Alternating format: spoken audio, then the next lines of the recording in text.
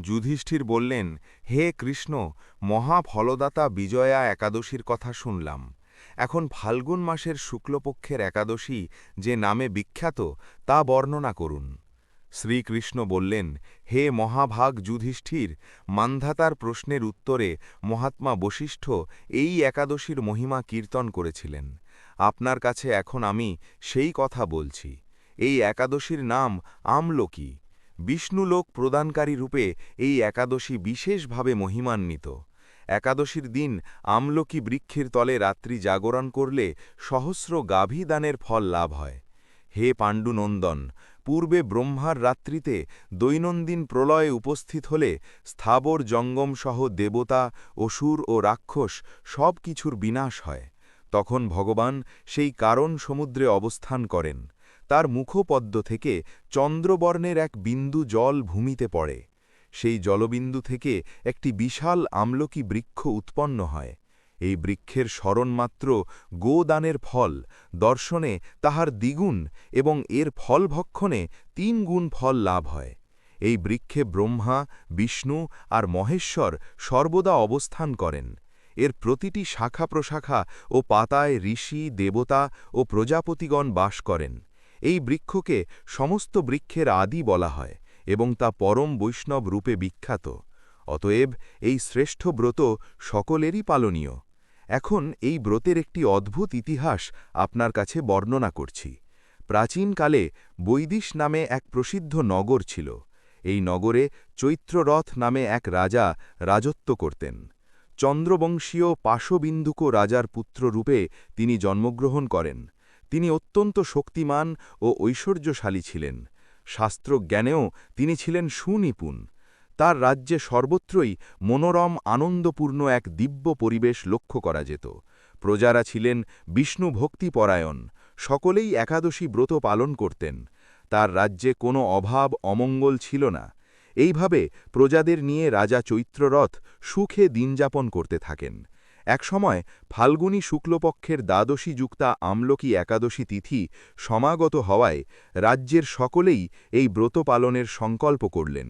ওই দিন প্রাতঃস্নানের পর প্রজাদের নিয়ে রাজা ভগবান শ্রীবিষ্ণুর মন্দিরে যান। সেখানে সুবাসিত জলপূর্ণ কলস, ছত্র, বস্ত্র, পাদুকা, পঞ্চরত্ন ইত্যাদি দিয়ে সাজিয়ে স্থাপন করেন।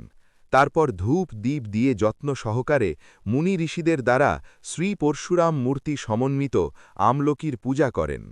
হে পরশুরাম, হে রেণুকার সুখবর্ধক, হে ধাত্রী, হে পাপ বিনাশিনী আমলকি, তোমাকে প্রণাম, আমার অর্ঘ্য জল গ্রহণ কর।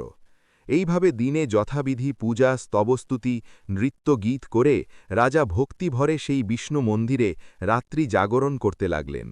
এমন সময় দৈবযোগে একটি ব্যাধ সেখানে উপস্থিত হয়। পূজার সামগ্রী সহ বহু ব্যক্তিকে একত্রে রাত্রি জাগরণ করতে দেখে সে কৌতূহলাক্রান্ত হল। সে ভাবল, এসব কি ব্যাপার? বিষ্ণু মন্দিরে প্রবেশ করে সে বসে পড়ল। কলসের ওপরে স্থাপিত বিষ্ণু মূর্তি দর্শন করল। ভগবান বিষ্ণু এবং একাদশীর মাহাত্ম্যও সে মনোযোগ দিয়ে শুনল। সারা দিন ওই ব্যাধ কিছুই আহার করেনি। এইভাবে ক্ষুধায় কাতর হয়ে সেখানে সে রাত্রি জাগরণ করল। পরদিন প্রজাসহ রাজা নগরের দিকে যাত্রা করলেন। সেই ব্যাধও তার গৃহে ফিরে গেল। এরপর এক সময় ব্যাধের মৃত্যু হল। একাদশীতে রাত্রি জাগরণ ব্রত প্রভাবে সেই ব্যাধ পরবর্তী জন্মে এক রাজ্যের অধীশ্বর রূপে নিযুক্ত হল। জয়ন্তী নামে এক নগরী ছিল। সেখানে বিদুরথ নামে এক রাজা বাস করতেন। ওই ব্যাধ বিদুরথ রাজার মহাবলী পুত্র রূপে জন্মগ্রহণ করেন। তার নাম হয় বসুরথ। 1,00,000 গ্রামের আধিপত্য তিনি লাভ করলেন। তিনি ছিলেন সূর্যের মতো তেজস্বী, চন্দ্রের মতো কান্তিমান এবং পৃথিবীর মতো ক্ষমাশীল। বিভিন্ন সদ্গুণে ভূষিত বসুরথ পরম বিষ্ণুভক্তি পরায়ণ হন। এই মহাদাতা রাজা একবার শিকার করতে গিয়ে পথ ভুলে যান। গভীর জঙ্গলের মধ্যে ক্ষুধায় পীড়িত হয়ে তিনি ক্লান্তিবশত শুয়ে পড়েন। এমন সময় কতকগুলি পর্বত নিবাসী ম্লেচ্ছ রাজার কাছে এসে নানাভাবে উৎপীড়ন করতে থাকে। রাজাকে তাদের শত্রু মনে করে তারা তাকে হত্যা করতে চেষ্টা করে। পূর্বে এই রাজা আমাদের পিতা মাতা, পুত্র পৌত্র সবাইকে মেরে ফেলেছে, আমাদের গৃহ ছাড়া করেছে। এই রকম বলতে বলতে ম্লেচ্ছরা রাজাকে হত্যা করতে উদ্যত হয়। তারা বিভিন্ন অস্ত্রশস্ত্রে তাকে আঘাত করতে থাকে, কিন্তু আশ্চর্যের বিষয় তাদের সকল প্রচেষ্টা ব্যর্থ হয়। রাজার কোনো ক্ষতিই তারা সাধন করতে পারেনি।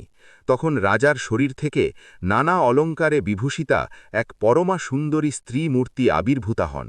মহাশক্তিধারিণী ওই নারী অল্প সময়ের মধ্যেই সকল পাপী ম্লেচ্ছকে নিধন করল। রাজার নিদ্রা ভঙ্গ হল। এই ভয়ানক হত্যাকাণ্ড দেখে রাজা অত্যন্ত বিস্মিত হলেন। তিনি বলতে লাগলেন, আহা, আমার শত্রুদের হত্যা করে কে আমার প্রাণ রক্ষা করল? এমন কৃপালু কে আছে?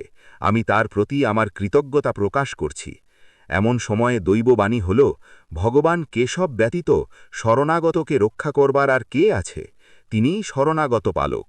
দৈববাণী শুনে তিনি ভক্তিযুক্ত চিত্তে গৃহে ফিরে এলেন। তারপর প্রজাসহ মহাসুখে ইন্দ্রের মতো নিষ্কণ্টক রাজ্য ভোগ করতে লাগলেন। বশিষ্ঠ বললেন, হে রাজন, যে মানুষ এই পরম উত্তম আমলকি একাদশী ব্রত পালন করেন তিনি নিঃসন্দেহে বিষ্ণু লোক প্রাপ্ত হন।